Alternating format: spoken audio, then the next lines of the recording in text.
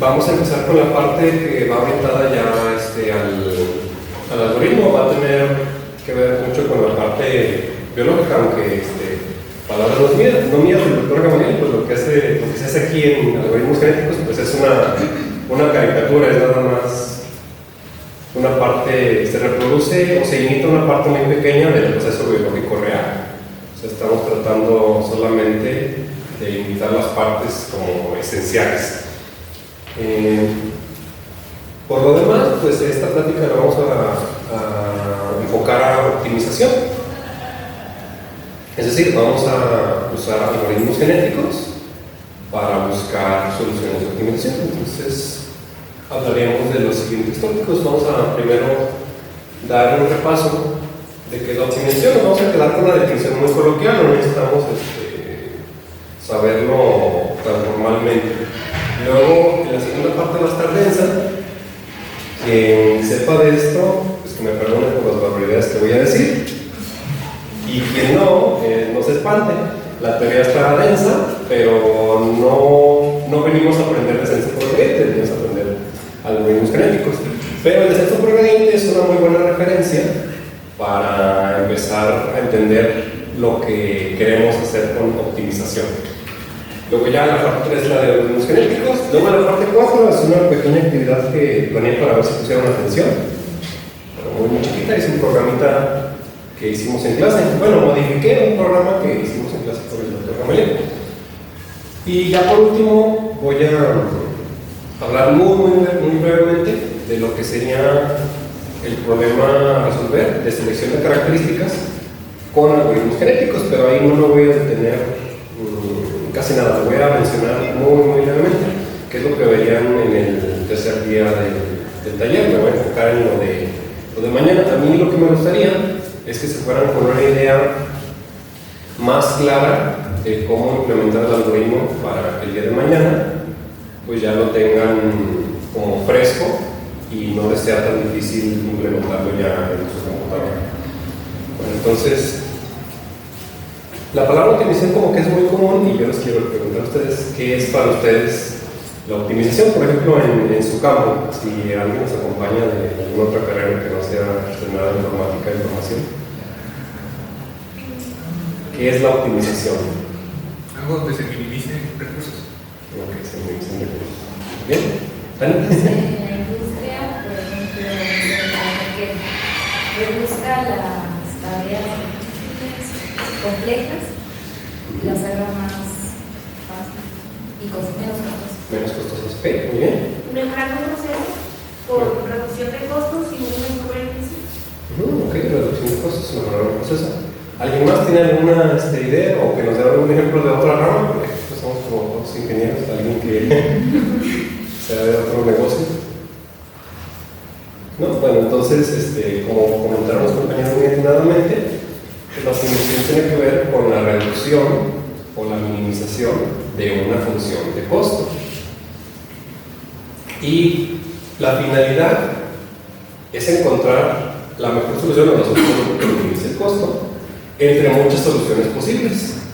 Por ejemplo, en el ejemplo que dio Daniel de la industria, pues hay de hecho infinitas soluciones a un problema de manufactura. O sea, cómo fabricar cierta pieza. Pues hay infinitas formas en que yo la puedo hacer, pero no todas esas formas van a ser óptimas o van a minimizar el costo. Y lo que yo pretendo es fabricar una pieza o un número determinado de piezas sin gastar mucho dinero. O sea, la idea es minimizar el costo. Vamos a tener la utilización de soluciones factibles, es decir, va a haber soluciones a mi problema sobre el papel que sí son, que en teoría sí se pueden hacer, que me minimicen mi función de costo, pero que en la vida real no son implementables. Es decir, voy a tener acotaciones a mi problema de optimización. En general, siempre va a haber dos. Siempre voy a tener, mi función de costo va a estar acotada al menos en el extremo izquierdo y derecho. Ahorita lo vamos a ver más adelantito. Siempre voy a tener un máximo y un mínimo en mi función de costo. La mejor solución pues debe ser aquella que minimice totalmente. Vamos a ver que el descenso por gradiente como método de optimización tiene el problema en que no siempre me encuentra el óptimo global. puede atorarse en alguna solución que sea mínima, pero solo localmente, y no me minimiza el costo de toda la función. Bueno, estos son algunos ejemplos de definiciones de algunos campos. Lo que quiero que se nos quede de aquí es el concepto de variables de diseño y función objetivo.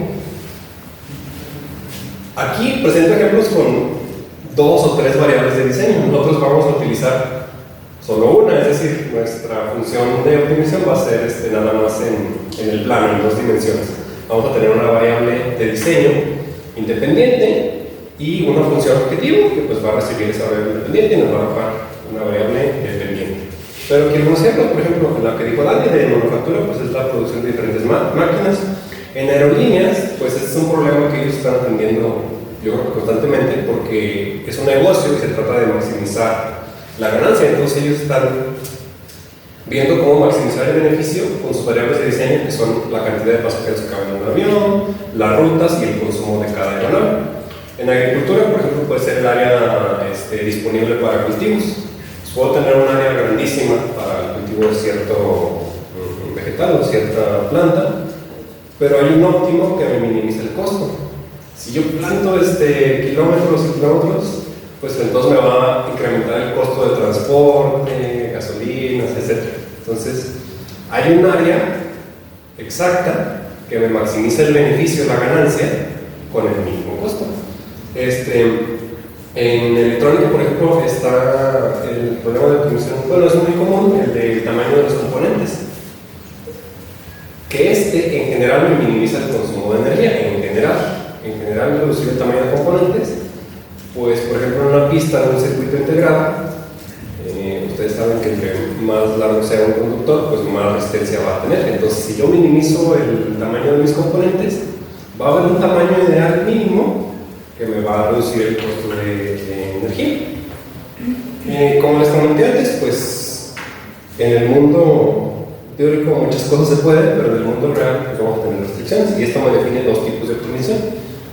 Sin restricción, donde cualquier solución que yo encuentre va a ser válida en la vida real o en mi problema teórico, y la optimización con restricción, que es la que vamos a enfocarnos un poquito, que es que todas mis variables de diseño, aparte de que me minimicen la función, cumplen con un criterio que yo le voy a dar a priori. Luego pasamos al concepto de convexidad. ¿Por qué? Las funciones que vamos a minimizar con descenso por gradiente, para asegurar que lleguen al mínimo global, tienen que ser convexas. Entonces, ahí de la imagen, ¿qué intuyen que es la convexidad? Por ejemplo, tengo esta figura a su izquierda y esta figura a su derecha, y esta dice que es convexa y esta no. ¿Por qué creen que la figura de la izquierda es convexa y la de la derecha no? Porque elementos dentro del conjunto pueden ser comunicados a través de una línea recta sin salirse del conjunto. Muy bien. Sí, todos quedamos en eso. Ok. Sí, pues como le dijo atinadamente el compañero, si yo tomo 2 puntos por la izquierda dentro de esta figura, puedo trazar una línea recta que los una sin cortar la figura. Y en la figura del lado derecho hay puntos que sí puedo trazar una línea dentro de la figura, pero no en todos. Ahí está la clave, tiene que ser en todos los puntos posibles.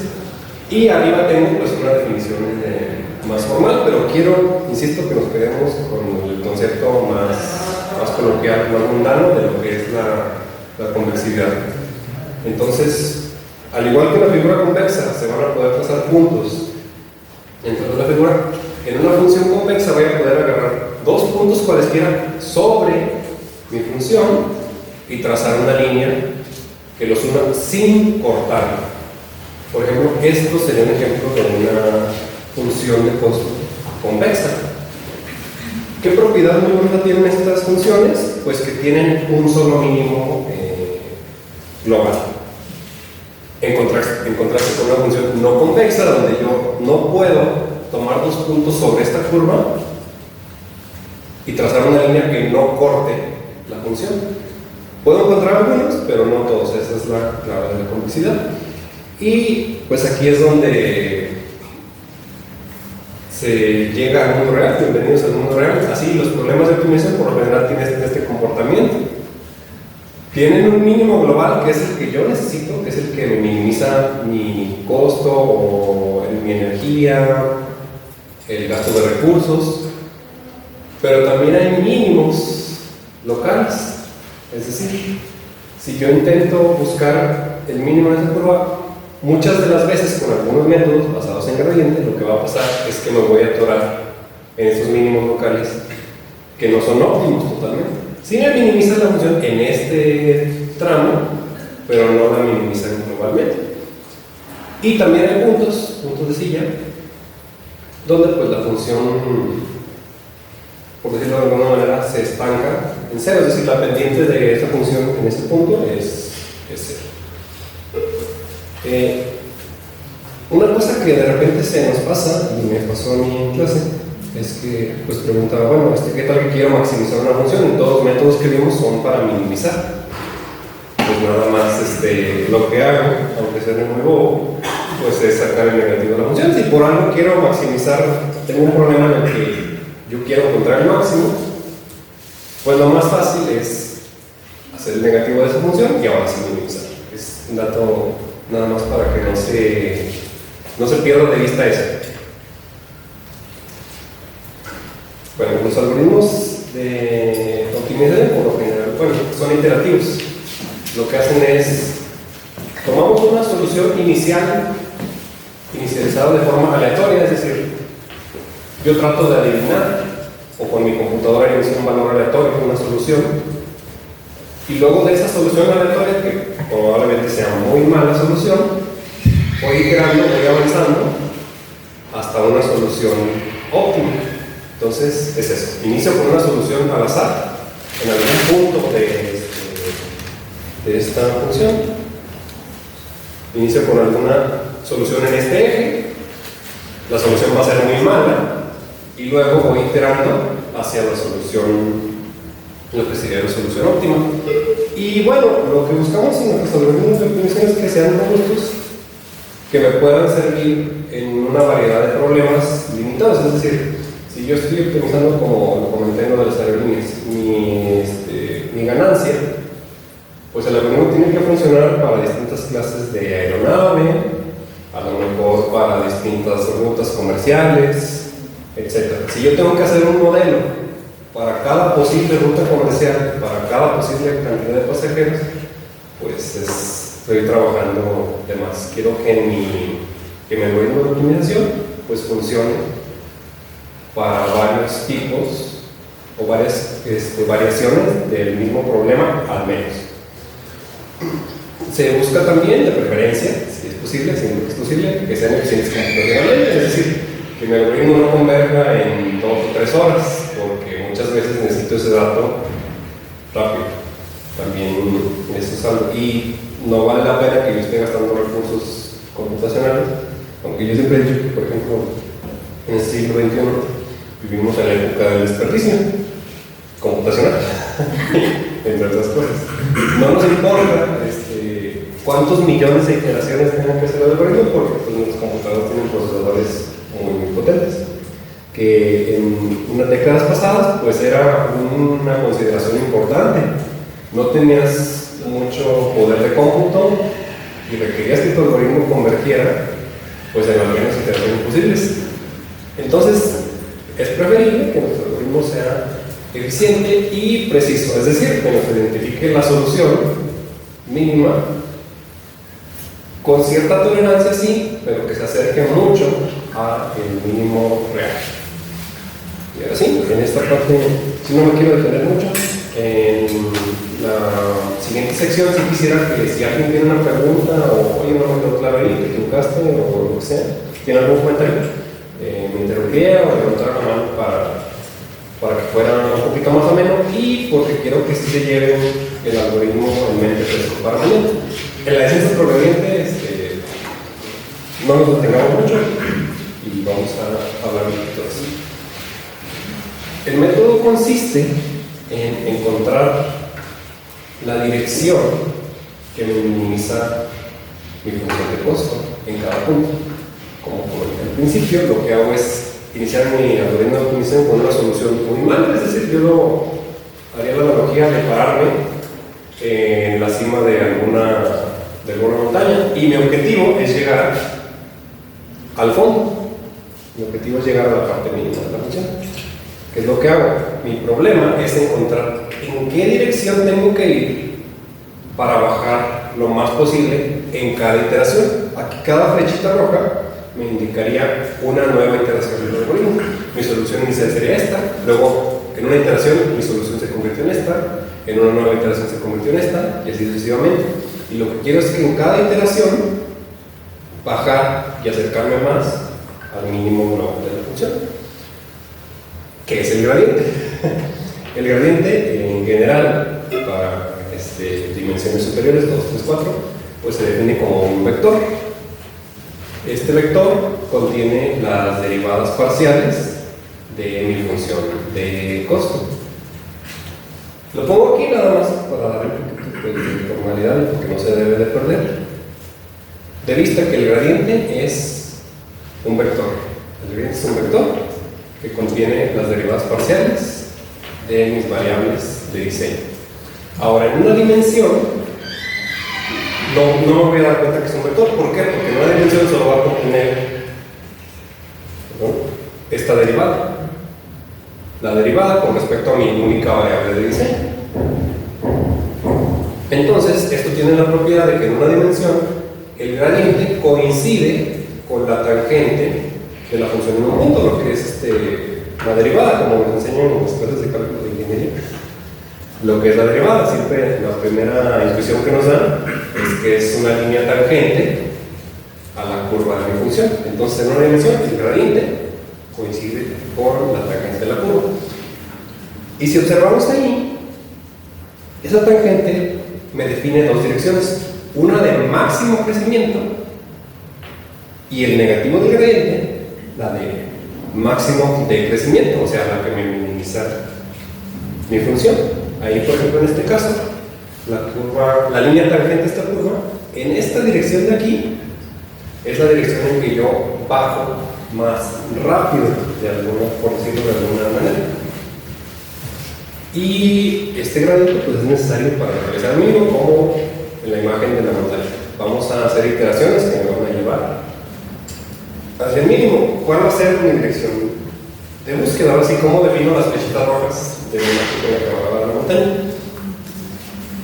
Las defino de esta manera de acá, alfa por SI.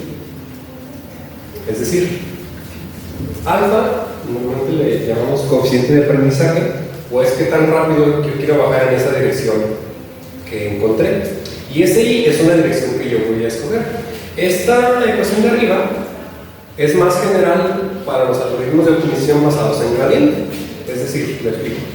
Mi siguiente solución de la siguiente iteración, x sub i más 1, mi siguiente solución, va a ser igual a mi solución actual menos mi coeficiente de aprendizaje por una dirección de búsqueda. ¿Por qué menos? Pues porque estoy minimizando, quiero ir hacia abajo en mi función de costo. Entonces la dirección de búsqueda, ya en específico para el descenso por gradiente, pues sería esta. Mi siguiente solución va a ser igual a mi solución actual de esta iteración menos una por el coeficiente de aprendizaje por el gradiente de la función en ese punto. ¿Qué es el gradiente de la función en ese punto? Pues la tangente. Eso es el gradiente de la función en ese punto. Y el gradiente para funciones con una sola variable independiente, pues es la línea tangente a esa curva. Que es lo que vamos a hacer. Y esa va a ser mi dirección de búsqueda y esa va a ser mi nueva solución. Con esa nueva solución, ¿qué voy a hacer? Voy a repetir otra vez el error.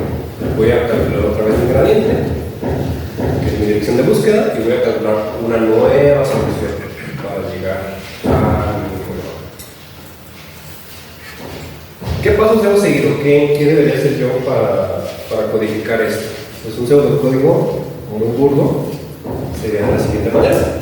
Elijo de manera aleatoria mi punto de inicio, que sería mi solución inicial, la que yo voy a adivinar, voy a hacer que mi computadora adivine de forma aleatoria.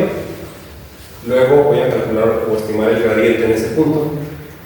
Calcular o estimar, ¿por qué? Porque si yo lo estuviera haciendo a mano, es decir, con lápiz y papel, lo que haría para calcular el gradiente pues sería calcular las derivadas analíticas. Yo me pondría una función, calculo la derivada y le evalúo en ese punto. Pero, bueno, al programarlo en equipo de cómputo, lo que funciona mejor es hacer una estimación de esta derivada. Es decir, no voy a usar la derivada analítica, voy a usar algún otro método que pueda programar en la computadora para estimar esta derivada. Luego voy a evaluar la condición de alta. Y ese punto es importante porque me dice qué tan cerca quiero quedar de la solución real. Si lo programo es imposible que yo pueda llegar exactamente a la solución. ¿Por qué? Porque ¿cuántos números decimales hay en una recta?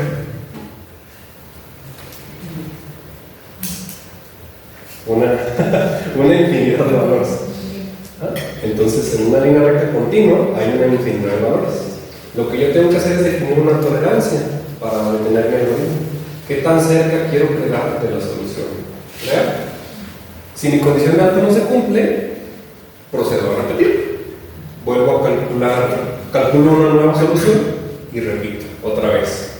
Calculo o estimo el gradiente en ese punto. Eso me define mi dirección de búsqueda, calculo una nueva solución y evalúo mi condición de alto hasta que quede lo suficientemente cerca de la solución real. ¿Qué problema tiene? Otro de los problemas que tiene el problema es cómo defino ese alfa, ese coeficiente de aprendizaje.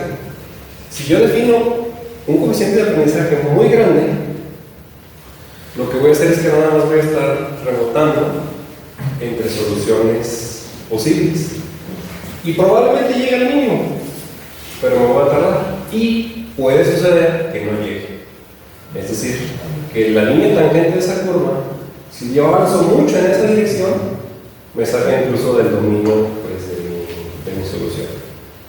Si alfa es muy chiquito, entonces tenemos el problema de que eso se va a tardar eternidades en converger.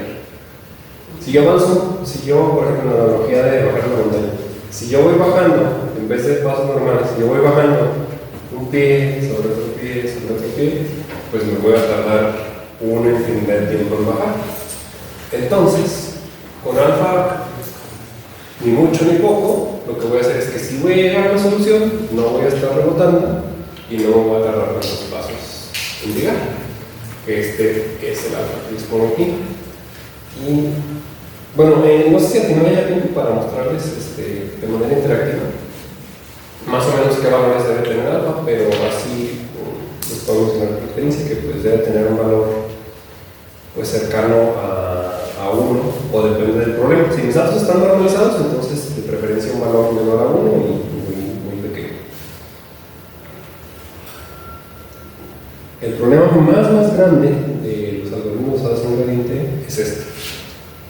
Si yo empiezo mi solución de manera aleatoria en este punto, es decir, sobre el eje de las X aquí, sí, pues el algoritmo de centro por gradiente va a bajar, pero se va a atorar en este punto. Y no hay forma que yo lo pueda sacar de aquí, más que iniciando otra vez de otro punto. Ese es un problema muy grande, porque como ven aquí, encontré un mínimo que ni siquiera está, o sea, de hecho está muy cerca del máximo de la función cuando yo lo que quería era llegar acá. Es ahí donde viene la alternativa de otro tipo de algoritmos, como los algoritmos genéticos. No son los únicos, pero son los que vamos a hablar aquí el día de hoy. ¿Qué problema creen que pasa, por ejemplo, en un caso real, en un caso de estudio real, si yo llego a esa solución que no es la mínima? Puede ser fácilmente, si no estás en el mínimo absoluto, primero que nada no cumples el objetivo, que es maximizar algo o minimizarlo, y otro puede ser que no sea tan estable esa solución, es decir, que te muevas un poquito más y ya tienes tu solución. A ver, como de un caso real, si les ocurra así rápidamente algún problema en el que haya que encontrar un óptimo, ¿qué pasaría si no encuentran, por ejemplo, óptimo en un problema de manufactura. Pues ahí no es grave. Si a los jefes no les interesa gastar más dinero, pues no es grave. Pero, por ejemplo, puede haber aspectos donde sí sea más delicado.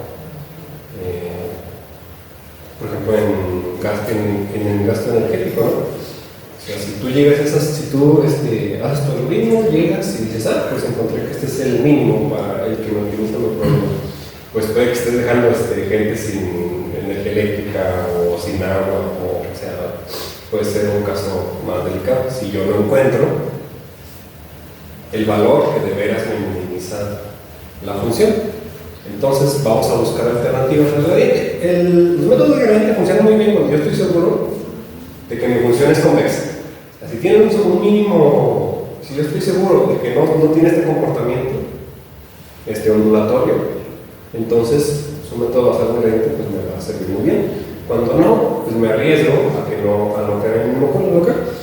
Y como mencioné ahorita, podríamos en la área de la experiencia, una solución muy fácil sería correr el algoritmo un número grande de veces, iniciando en puntos aleatorios cada vez y agarrar el mínimo de todas las funciones, pero tratamos de que sea eficiente.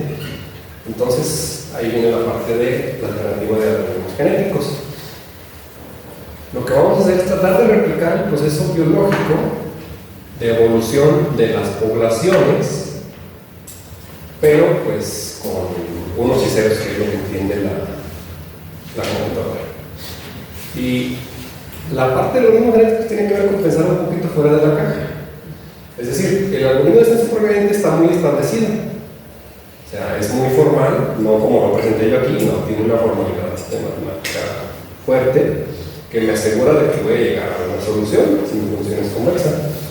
Los algoritmos genéticos no me aseguran llegar a la solución óptima, pero tienen una probabilidad muy alta de llegar a ella. Otro tipo de algoritmos alternativos serían, no los voy a mencionar, lo que sería el enjambre de partículas, enfriamiento simulado, colonias de hormigas y búsquedas tabú, que más o menos todos se basan son búsquedas aleatorias dirigidas, se les denomina. Es decir, a diferencia del gradiente en donde yo voy directo a donde pienso que está el mínimo, en este tipo de algoritmo lo que pasa es que yo busco la dirección en que yo bajo, la elijo o la determino de forma aleatoria. Pero busco que conforme itero el algoritmo vaya convergiendo hacia el mínimo. No me asegura que voy a llegar al mínimo real de la función, pero tienen dependiendo de cómo lo diseñe, tienen pues una alta probabilidad de llegar. En el ejemplo que tengo para el final, está muy mal diseñado a propósito, bueno, eso digo yo, y probablemente no llegue a la solución ideal, pero les voy a decir por qué y cómo se mejoraría. Bueno, agarrando un poquito la imagen de la compañera, pues la teoría de la selección natural propone que las especies que existen hoy en día son el resultado de millones de años de evolución y de adaptación. Es lo que va a pasar con nuestra solución. Nosotros vamos a tener no una solución aleatoria, sino una población de posibles soluciones.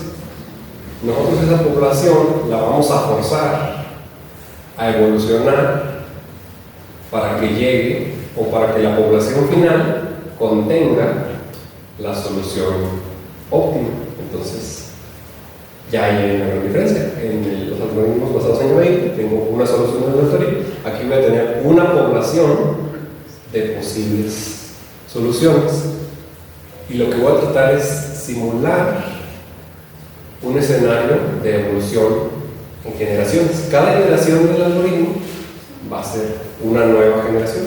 La población, va a haber selección natural, va a haber reproducción de recombinación genética, voy a evaluar mis soluciones y repetir, es decir, voy a otra vez dar lugar a una nueva generación. Cada generación de soluciones va a dar lugar a una nueva generación de soluciones diferentes y suficientemente variadas, en teoría, para que pueda llegar a mi solución. Y esta es la analogía pues, como somos. Mi solución va a estar caracterizada por una cadena genética, no tan compleja como los cromosomas. Nada más lo pongo como un recordatorio. Mis soluciones van a tener la forma de una sola cadena de ADN, a diferencia de los seres vivos que somos infinitamente más complejos. Y por eso mencionaba que esto es una caricatura realmente. Si yo hiciera o pudiera programar esto, pues estaría creando pues vida artificial. No es el objetivo. El objetivo es optimizar, usar los modelos genéticos para optimizar. Yo no voy a programar un ser vivo que me dé la solución óptima. Va a ser una sola cadena de ADN. O sea, en contraste con lo que es un ser humano, que tiene estos 23 cromosomas y cada cromosoma contiene una infinidad de información. Se trabaja, como dije, con una población de individuos, no con un solo punto, y aquí introducimos el concepto de fitness o ajuste, que no es nada más que, en una función con una sola variable, la evaluación de esa función. Yo tengo un punto aleatorio de x igual a 5.4. El fitness va a ser la función que evaluará en 5.4, va a ser ese valor. Las personas o los individuos que tienen un alto ajuste van a tener una preferencia para sobrevivir y tener descendencia. Entonces, para facilitar el trabajo, estos individuos van a estar codificados como una cadena genética, vamos a llamarle, es una gran mentira, pero va a ser una cadena genética, y esto va a ser una cadena binaria, es decir, cada individuo va a estar definido por una cadena de unos y ceros. El tamaño de la cadena y el tamaño de la población son dos factores que me van a determinar si mi algoritmo tiene probabilidad de llegar al mínimo o no. Muy pocos individuos quiere decir que yo tengo muy poca variabilidad genética, es muy poco probable que yo llegue a una solución. También, individuos que tengan muy pocos genes, pues no me van a dar variabilidad, mi solución no va a tener precisión. Entonces, más bien es eso. El largo de la cadena de unos y ceros me define la precisión de mi solución posible, y la cantidad de individuos me garantiza que haya suficiente variabilidad genética, o sea, variedad de individuos, para que yo pueda armar con las generaciones una solución ideal. A estas variables genéticas pues les vamos a aplicar algunas operaciones para recombinarlas, es decir, los individuos, la manera en que los vamos a reproducir, les vamos a tomar material genético de uno, de otro, y lo vamos a recombinar de una forma especial. Yo me casé con una forma de recombinarlos, pero si ustedes nos investigan un poquito más allá del taller, van a ver que hay muchas formas de recombinar genéticamente individuos artificiales, que son cadenas de unos y ceros. Y pues usando el valor de codificado de las variables se calcula el fitness o el ajuste de cada individuo, y eso me va a determinar qué tan probable es que sobreviva. Entonces, yo voy a empezar mi algoritmo con una población inicial de soluciones. Y cada individuo va a estar definido por una cadena de unos y ceros, es decir, cada uno va a estar definido por una cadenita binaria. Y cada cadena binaria me va a definir el valor de la posible solución de ese individuo, ¿no? Entonces, de la cadena binaria a un valor en el eje X. Eso es todo. Cada cadena binaria me define un valor en el eje X. Y cada individuo también va a tener un ajuste, que es lo que les comentaba. Va a tener un ajuste que no es nada más que la función evaluada en ese punto. Entonces tenemos cadenas. Las cadenas me definen posibles soluciones y las soluciones tienen posibles valores de solución. ¿Cómo voy a, o qué fórmula? Esta si quisiera, bueno, quien guste anotarla para que se la lleve como para estudiarlo al rato, si me puede venir. Es cómo voy a pasar de esta cadena binaria a este valor en decimal. Entonces, muy sencillo, lo que voy a hacer es involucrar ya el concepto del límite superior y límite inferior, que van a ser las restricciones de mi problema de optimización.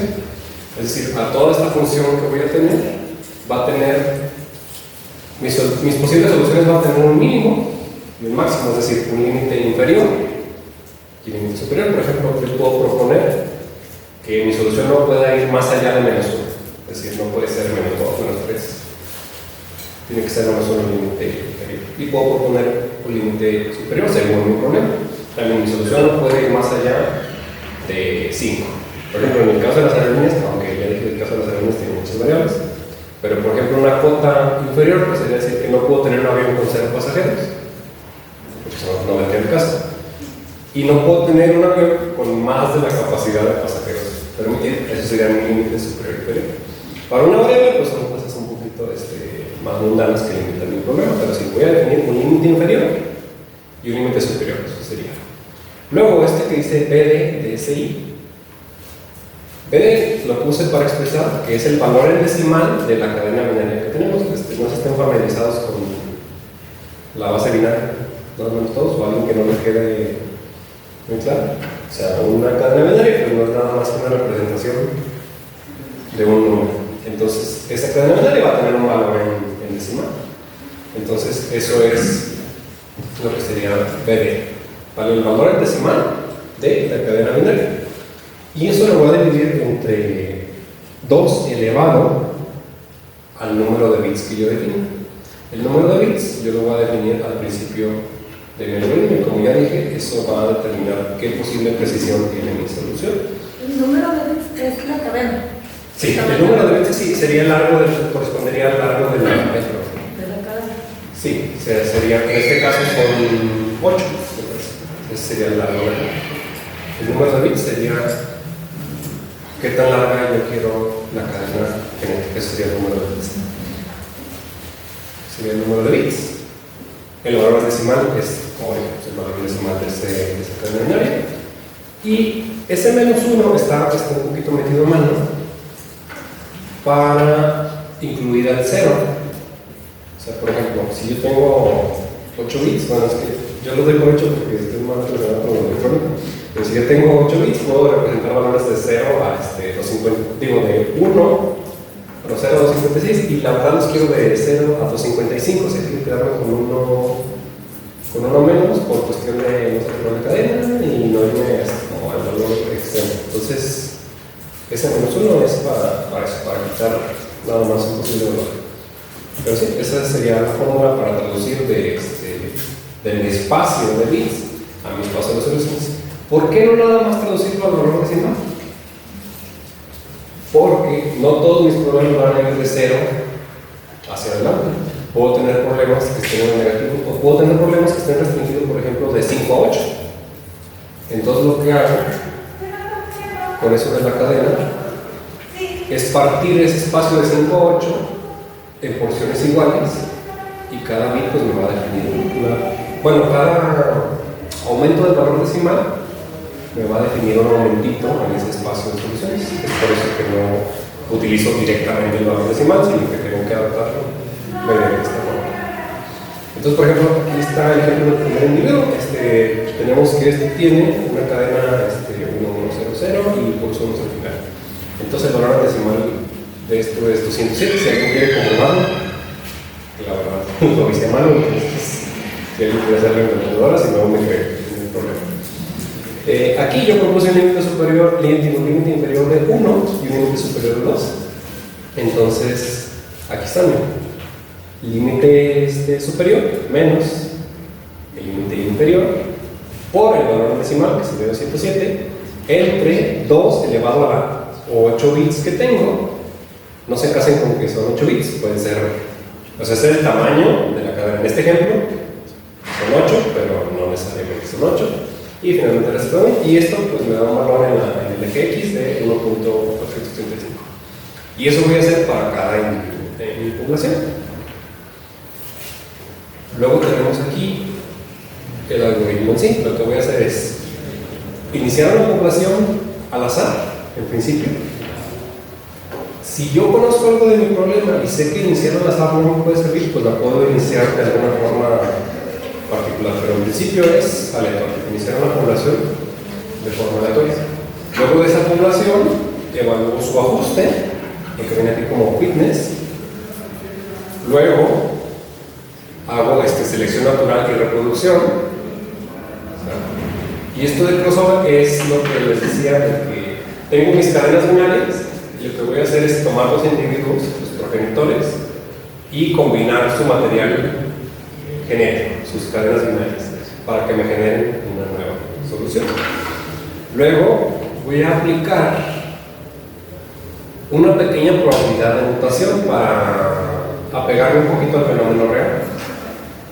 Es decir, de individuos hijos, por llamarles así, van a tener una pequeña probabilidad de que algún bit de su cadena cambie de 1 a 0 o viceversa. Entonces,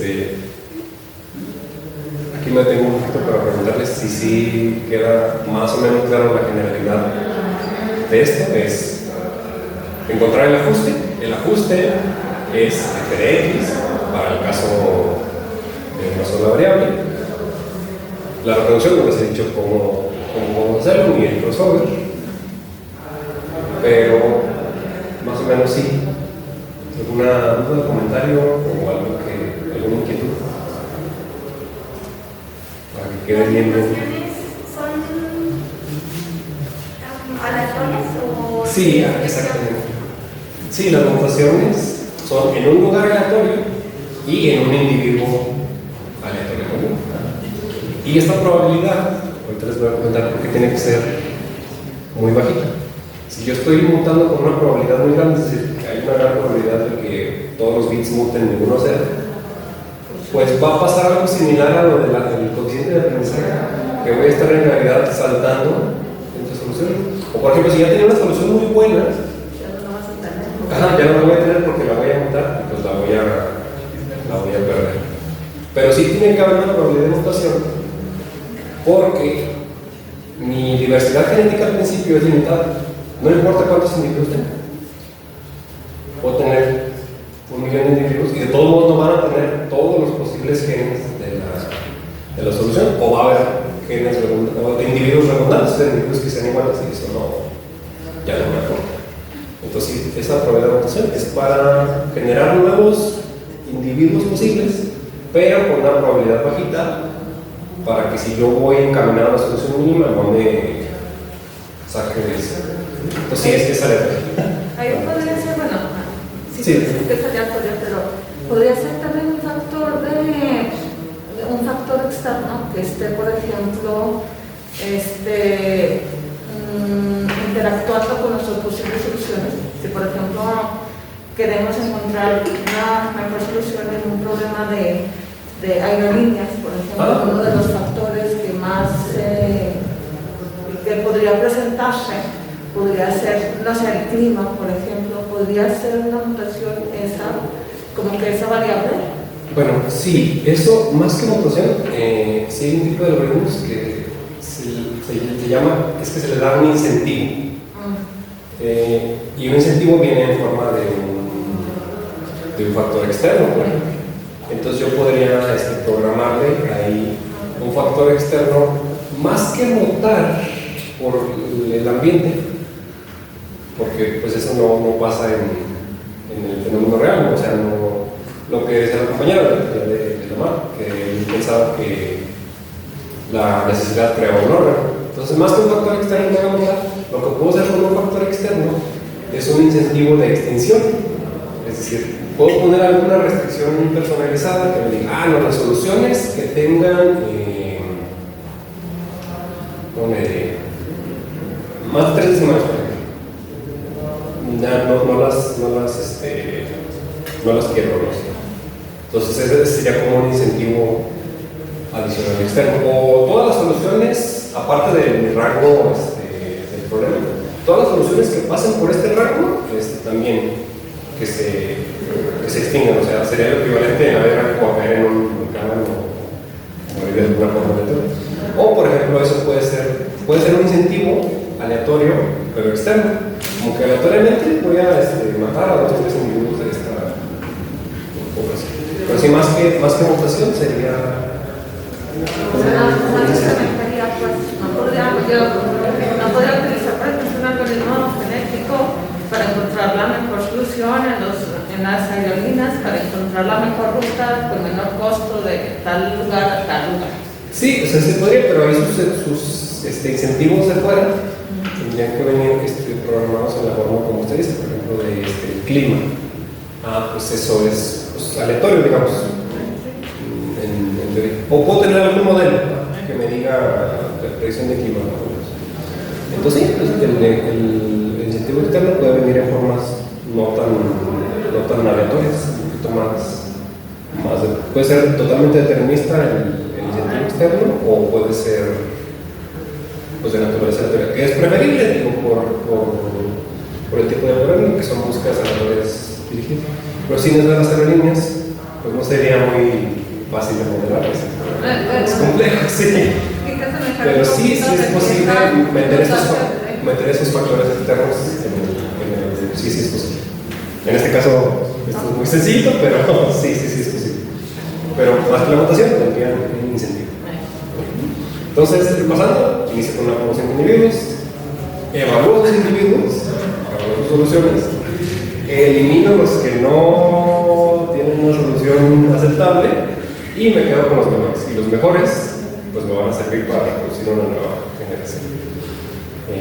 Entonces, por muy sencillo o muy complicado para ti. Entonces solamente te quedas con los mejores. Pues sí, bueno. Yo me acuerdo cuando llegué a Tenor, tenías que también contemplar algunos que no fueran los mejores, pero lo mismo, para que haya más diversidad. Sí, esa es una variación del algoritmo. Lo que puedes hacer es armar como una tabla, digamos, como que los mejores arriba y los peores abajo. Y lo que haces es eso que mencionaste de un impulso externo. De los mejores, aunque sean los mejores, aleatoriamente voy a eliminar algunos. Y de los peores, aunque sean malos, voy a tomar al azar algunos para que sobrevivan. Sí. Bueno, en este caso, para simplificarlo, pues lo que. Sí, lo que van a hacer es quedarme simplemente con los mejores. Pero sí, puedes hacer ese tipo de cosas. Que eso sería un incentivo exterior sobre eso. Entonces, en este caso, nada más, no me complico mucho. Tengo los mejores, los peores soluciones son, los mejores se quedan para dar lugar a una nueva. Es así, también funciona y eso mejora también mi probabilidad de llegar a la solución óptima. Entonces, esos serían los 3 pasos.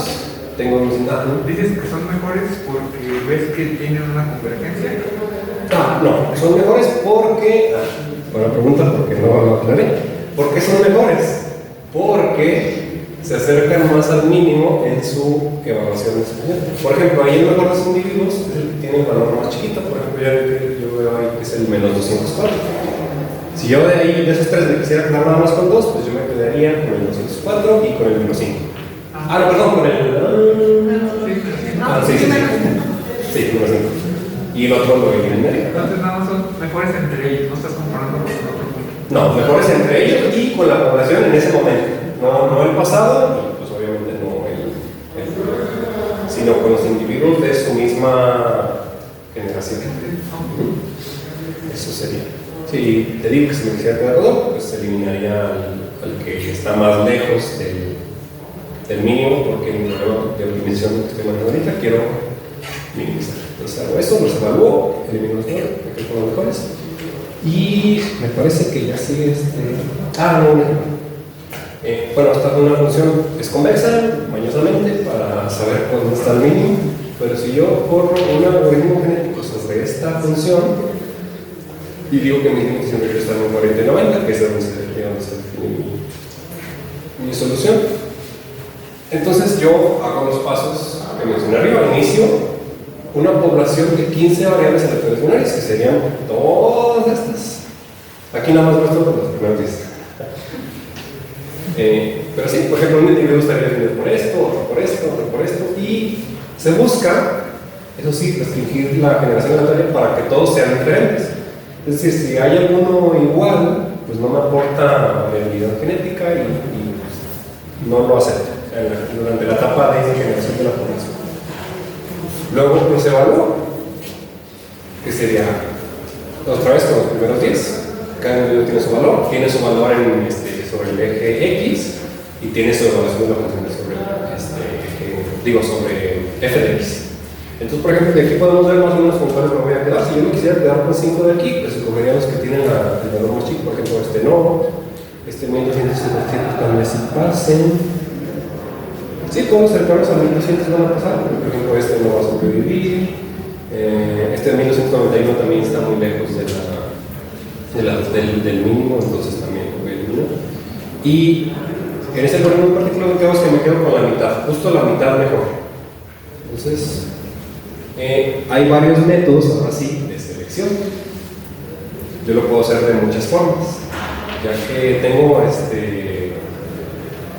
evaluados a mis individuos. ¿Cómo los voy a seleccionar? Pues una forma es seleccionarlos mediante una ruleta. Los mejores individuos van a tener más probabilidades de ganar en la ruleta y los peores van a tener poquitas, pero sí mayores a 0. O sea, sí hay una pequeña probabilidad de que aparezcan, pero es muy pequeña.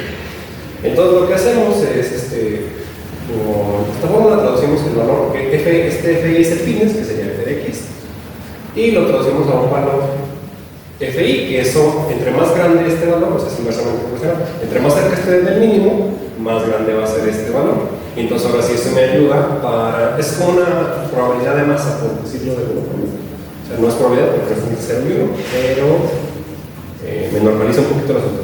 Y eso, y con ese valor ahora sí asigno probabilidades, divido este FI que calculé, que ahora sí, entre más grande, más buenas soluciones, hago la sumatoria de todos ellos y divido ahora sí cada uno entre el total.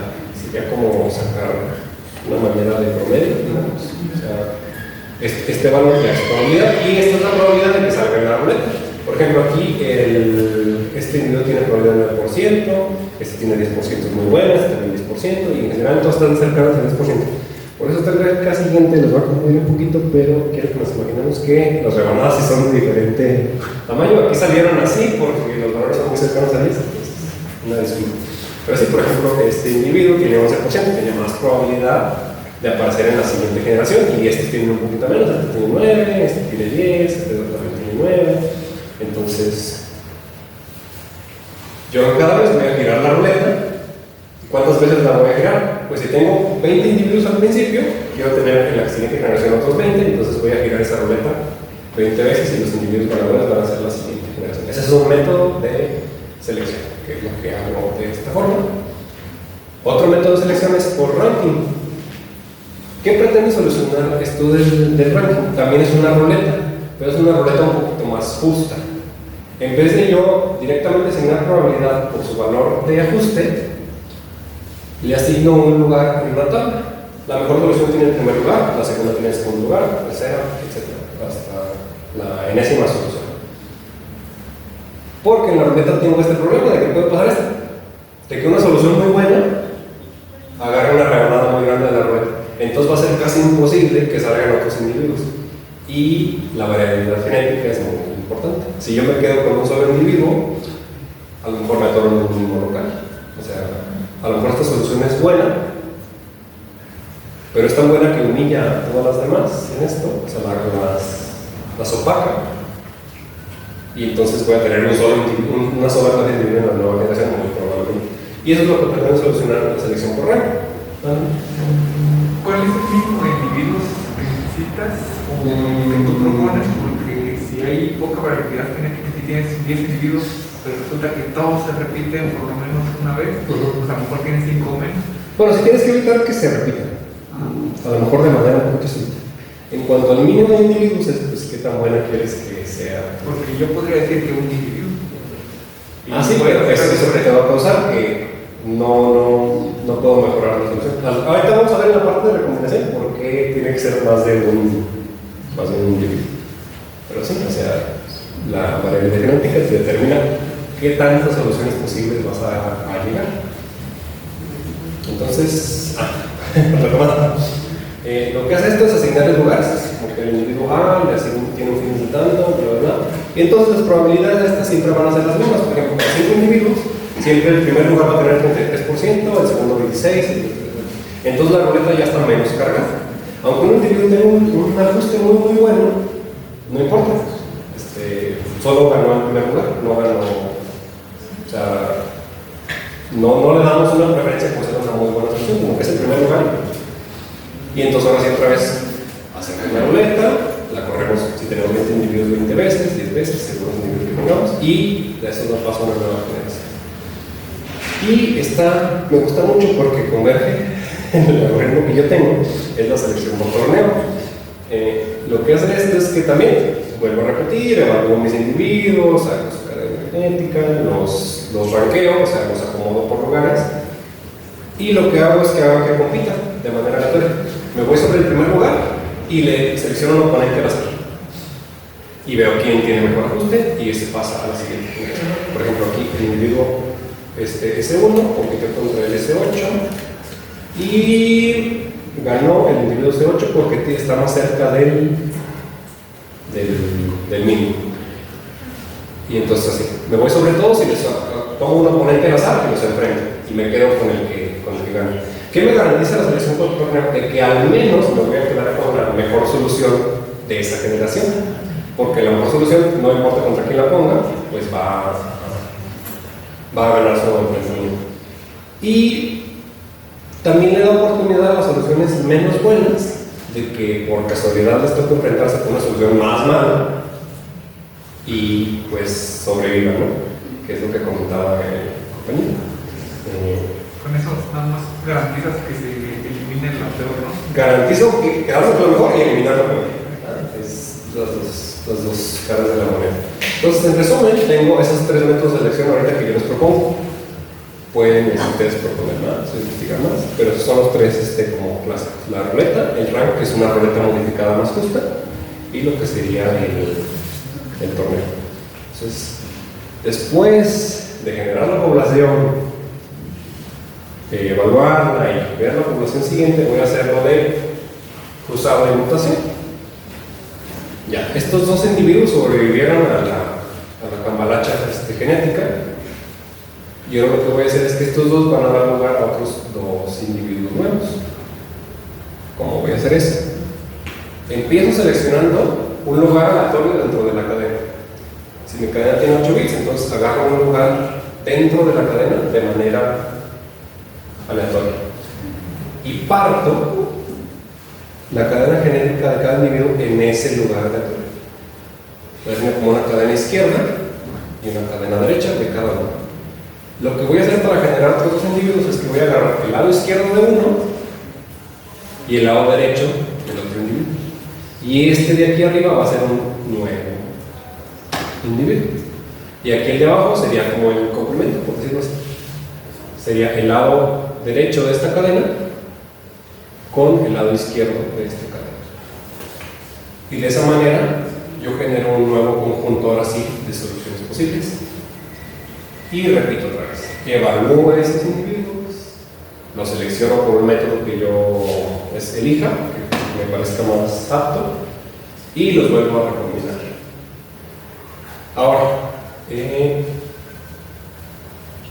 ¿por qué les comentaba que la probabilidad de mutación es muy chiquita? Porque en los seres vivos, la probabilidad de mutación resulta que sigue una distribución de probabilidad de Poisson con media dosis, es decir, 2 mutaciones por cada mucho tiempo, ¿no? Entonces, una vez que yo tengo estos individuos aquí, les voy a aplicar a cada bit, o sea, a cada bit de la cadena, una pequeña probabilidad de que cambie de 1 a 0 o de 0 a 1.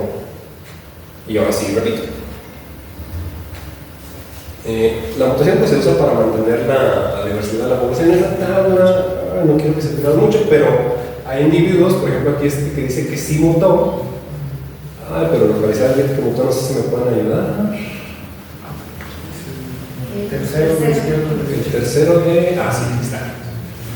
En este individuo sí mutó, y el bit que mutó al azar, pues fue cambió de 1 a 0. Y ya, entonces eso me ayuda a mantener un poquito la variabilidad genética, pero sin desperdiciar soluciones que son buenas.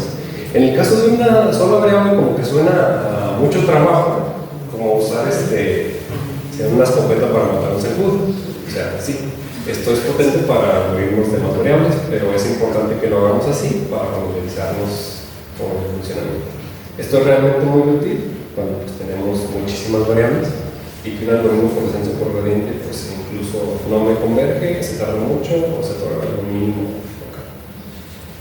Para este ejemplo, la probabilidad de mutación que yo propuse es de 0.04 y armé esta tablita, o sea, lo corrí y al azar resultó que ese individuo sí mutó. Y ahora la actividad que les propuse al principio para ver si han puesto más de atención. Lo que yo traigo es una función para optimización de una sola variable. Ahorita voy a bajar en la computadora. Y lo que les voy a proponer a todos, se me hace que no a todos porque somos muchos, pero a una muestra de ustedes, es que traten de adivinar la solución ideal. Y esa solución que ustedes me digan va a estar atada a su nombre, va a ser su cadena genética. Voy a correr el algoritmo genético y al final voy a ver qué tanto de sus genes aportaron de verdad a la solución final. El algoritmo es muy malo porque, como yo dije, la cantidad de individuos es importante. Si yo le pregunto a 15 de ustedes qué valor dicen, 15 individuos son muy poquitos, por lo general quiero poblaciones más grandes. Entonces, no se enojen conmigo si no llega al mínimo, pero estaba destinado al fracaso. Estoy corriendo.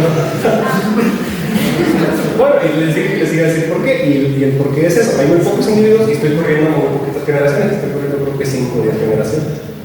No son suficientes para que se recombine bien y me haga una solución ideal. Pero es interesante para ver qué tanto aportaron ustedes a la solución y quién se extingue. Entonces, si un día tuvieron curiosidad de su descendencia iba a vivir en el planeta, y les voy a preguntar.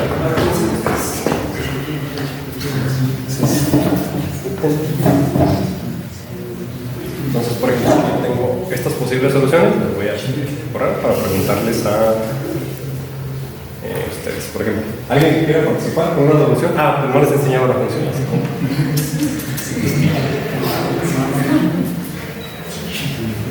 La función es esta, pero no les voy a enseñar el mínimo, nada más. Si lo ven rápido, la función va de -1 a 3.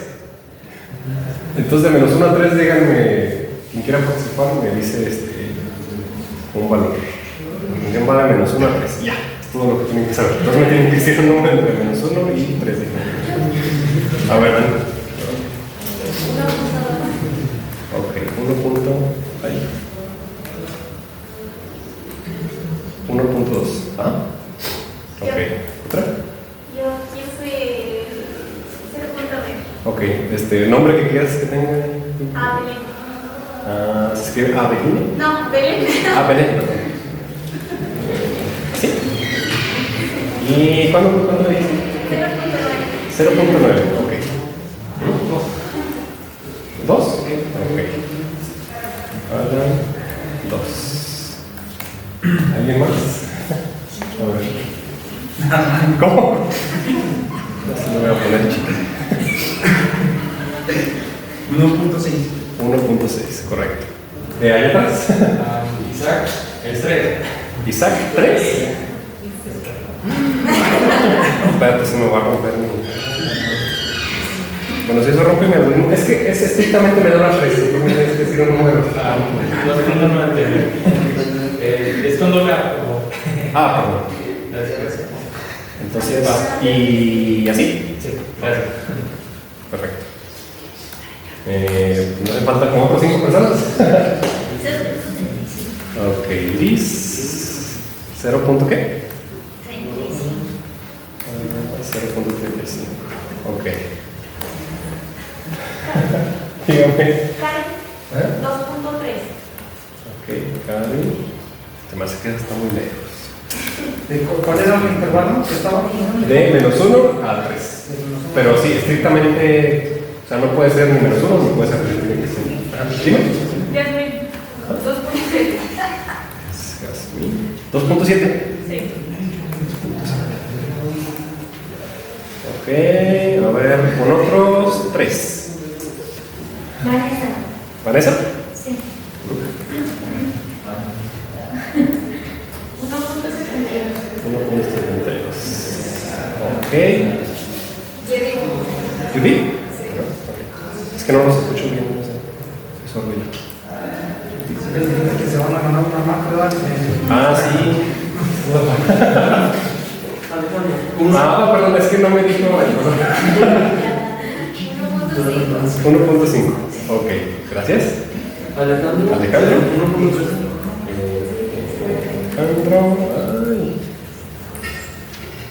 1.3 me dijiste, ¿verdad?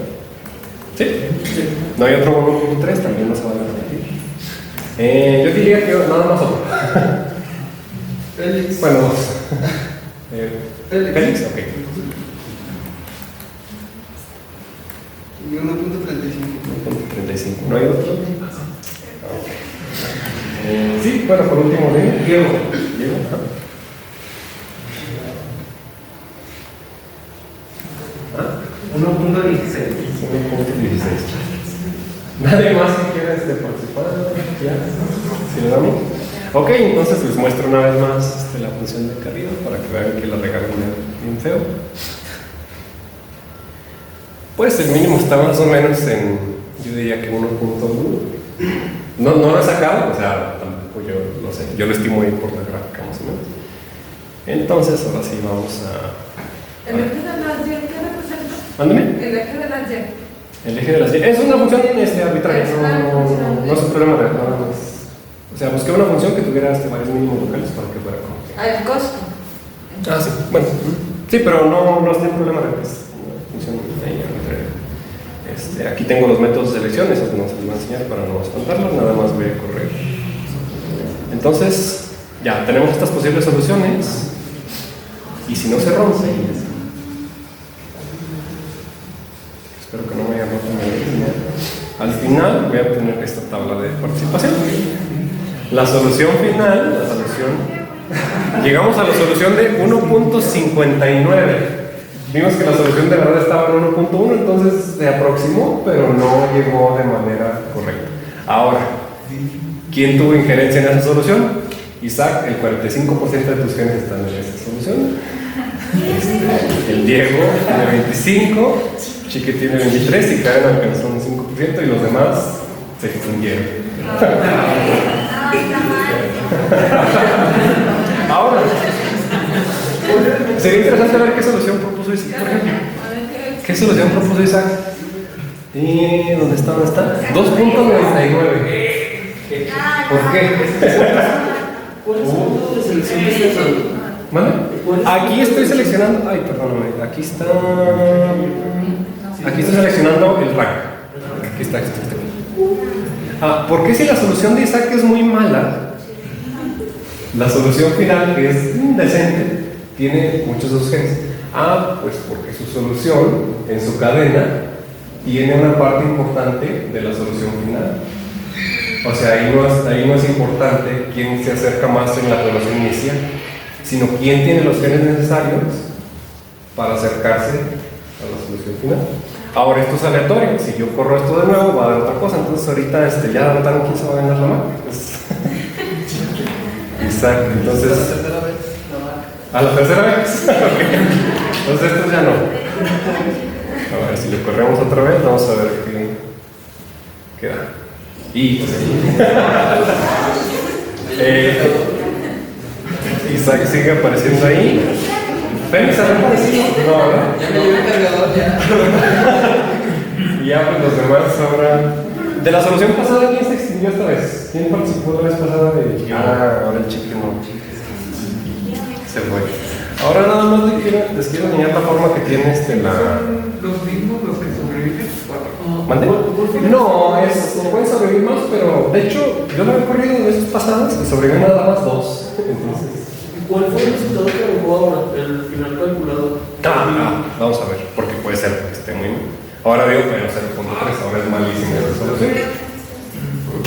Es que dice X min. Entonces, muy mal. Estos padres de esta solución son unos padres muy malos porque le heredaron a los hijos unas características terribles que dieron lugar a una solución muy mala. ¿Por qué da una solución muy mala? Bueno, les platico así rápido porque el algoritmo estoy corriendo 10 veces y con ustedes que nada más son 1, 2, 3, 4, 5, 6, 7, 8, 9, 10, 11, 12, 13 individuos, entonces son muy poquitos. Eso, como les dije, está condenado pues a fracasar. Y ya nada más por último les quiero enseñar cómo es la final, no sé si aquí se vaya a ver. Un momentito. ¿Qué dice? Ojalá la tabla se alcance a ver. Ok, entonces estos ceros y unos de aquí de la tabla son los ceros y unos de la cadena genética de la mejor solución. Y este es el nombre de la persona a la que pertenece. O sea, ahí está, Félix tiene toda la primera parte, Isaac ahí aporta por la parte de medio de la cadena, luego Diego. ¿Cuántos sobrevivieron? 4, ¿verdad? Entonces tengo que tener algunos ceros de Alan aquí. Y pues ya dominó. Y por ejemplo, este es interesante. Este más que yo le puse quiere decir que es un gen de él, pero que en algún punto de la cambalacha mutó. O sea, ese gen originalmente era un C, ¿no? Pero mutó y sobrevivió. O sea, no solo mutó, porque sí, probablemente mutaron más genes, pero no solo tienes que mutar, sino que esa característica te ayude a sobrevivir las elecciones sucesivas. Y ya, pues me parece que de hecho ya es todo. El motor fue el primero, ¿no? No es el primero de sus bits porque ya en la remontura no se sabe. No, pero fue el que tuvo mayor porcentaje de sobrevivencia. Sí, me parece que sí. Sí, en este caso sí. Pero la solución que da es muy mala. Es muy mal.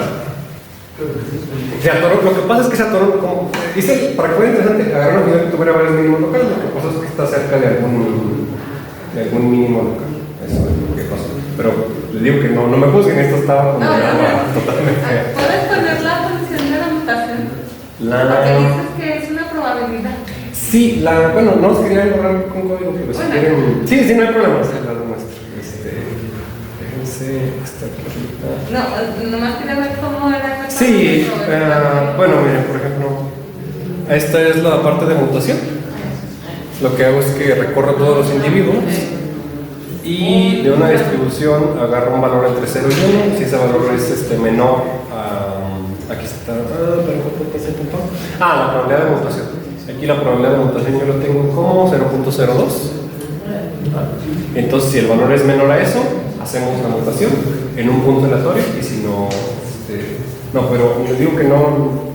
De preferencia no quiero que contaminen su mente con este código porque lo hice yo y les digo que está hecho de forma muy. Pues precario, es un buen algoritmo, pero los que tienen que programar tienen que ser. ¿Es que utilizabas como un método de probabilidad de, no sé, más elaborado? No, es muy sencillo, nada más. Generar un valor entre 0 y 1, aleatorio.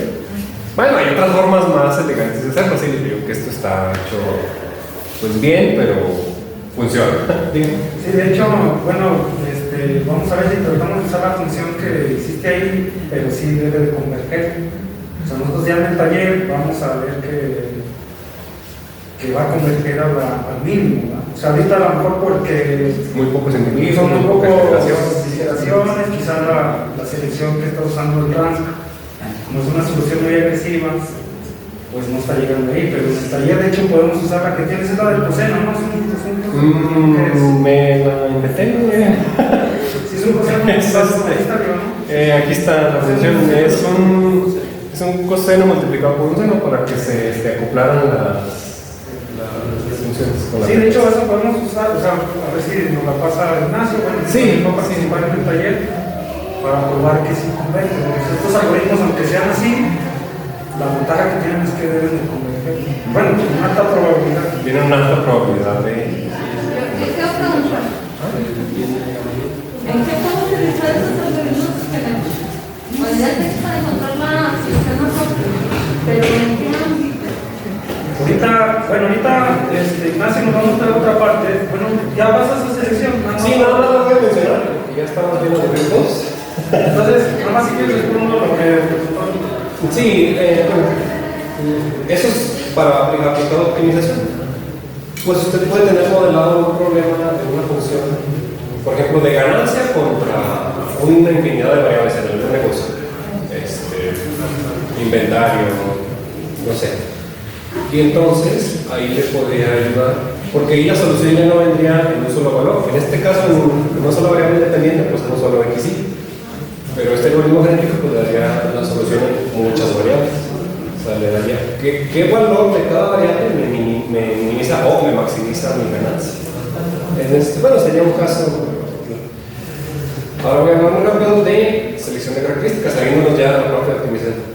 Lo voy a mencionar porque esto va a ser pues, del día 2 del programa también, pero nada más para que se vean. La parte de optimización es muy similar a la selección de características, pero primero, ¿por qué? ¿Por qué seleccionar características? Venimos de un modelo de movimiento con una sola variable, no hay nada que seleccionar, hay una variable que esa usamos. Pero en la vida real, pues para hacer un modelo predictivo, ahora ya no nos salimos de la optimización, ahora quiero predecir o quiero agrupar puntos de datos.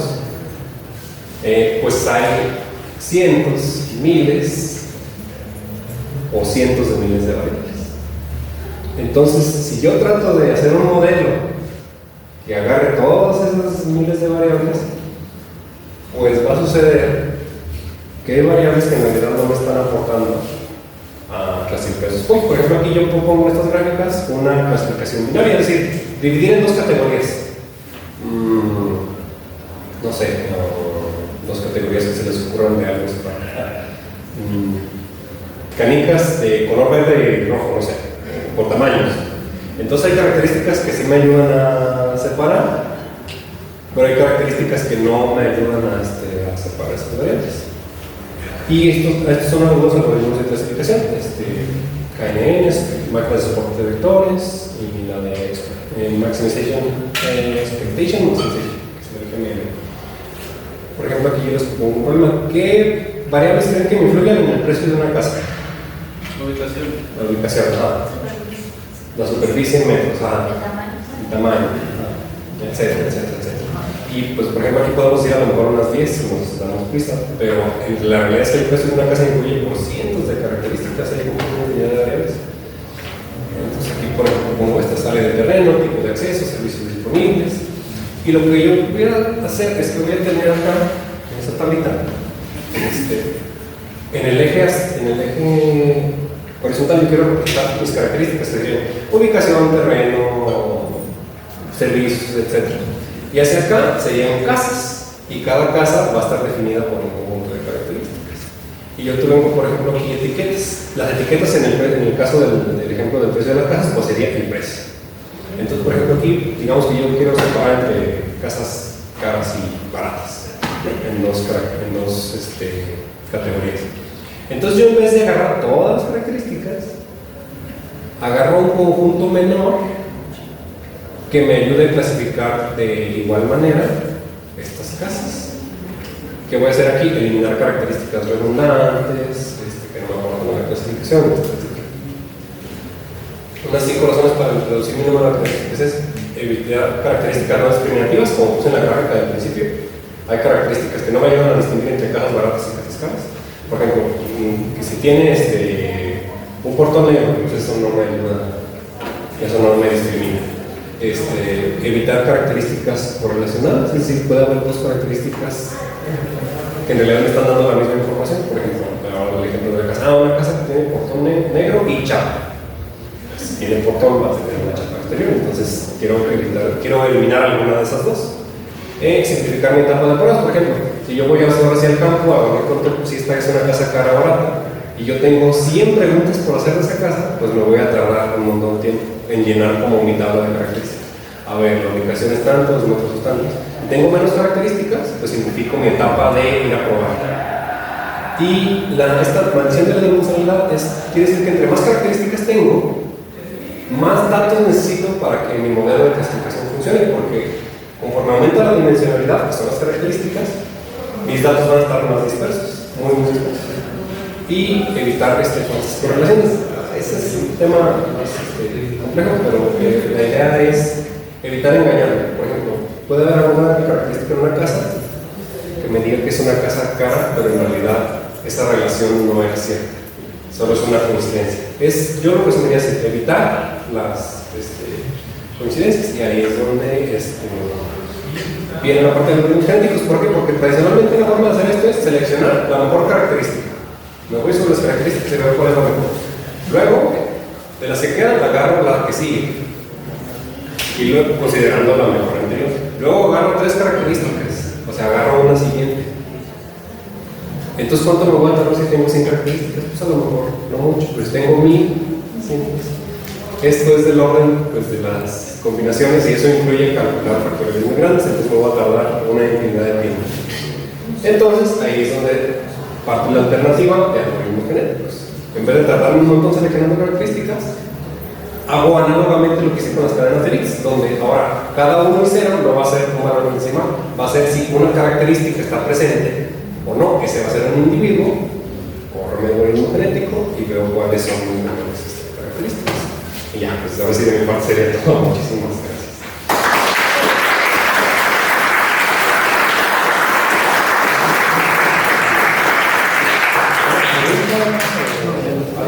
Los que estamos sobre tiempo, pues Una vez que tú tienes tu conjunto de soluciones, como hace rato, ¿cómo garantizas que es el mínimo? Porque tú dices es que es muy probable que ese es el problema, no puedo garantizar. no sé si lo compruebes con el método de invariante o cómo compruebes que esa solución es el mínimo global. Ese es el detalle. No, la solución que te puse ahí, yo en ningún momento te podía garantizar con toda certeza que era el mínimo global. Por ejemplo, ya podemos hacer cosas más esotéricas, por ejemplo, combinar modelos. Que mi algoritmo tiene que tener la solución inicial y luego